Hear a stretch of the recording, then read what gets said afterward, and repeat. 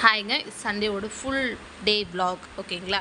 So இன்றைக்கி நாங்கள் fish வாங்குறதுக்காக என் செல்லத்தை கூட்டிகிட்டு போனேன். என் செல்லம் நாங்களும் இன்றைக்கி ஃபிஷ் வாங்குறதுக்காக பெருமாநல்லூர் வரைக்கும் போயிருந்தோம். ஸோ அவள் ஃபிஷ் வாங்குறதுக்கு அவங்க அப்பா கூட இறங்கியிருந்தா, நான் காரில் உட்காந்துருந்தேன். அவள் மீனை பார்க்க சொன்னால் அவள் நல்லா சுற்றி வேடிக்கை காரு வண்டியை தான் வேடிக்கை பார்த்துட்டு இருந்தா. எனக்கு ஒரே போருங்க.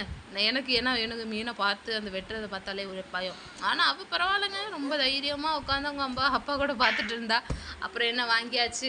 அவங்க சரியான வெயில் பாவம். நான் எண்ணெய் தேய்ச்சி தான் கூட்டிகிட்டு போனேன், வந்து தான் குளிப்பாட்டணும்னு. ஸோ வந்தோடனே டக்குன்னு நான் குழம்பு வச்சிட்டேன். குழம்பு வைக்கிற கேப்லேயே அவளே குளிப்பாட்டிட்டேன். என்ன மீனை வாங்கியிருக்கோன்னா இன்றைக்கி நாங்கள் சாலை மீன், எங்கள் ஊரில் இதை சாலை தான் சொல்லுவோம். இங்கே இதை மத்தி மீனுன்னு சொல்கிறாங்க. ஸோ பொரிக்கிறதுக்காக நான் சங்கரா மீன் வாங்கியிருக்கோம். அப்புறம் இது பொரிக்கைக்கு மசாலா ரெடி பண்ணி ஃப்ரிட்ஜில் வச்சுட்டேன்.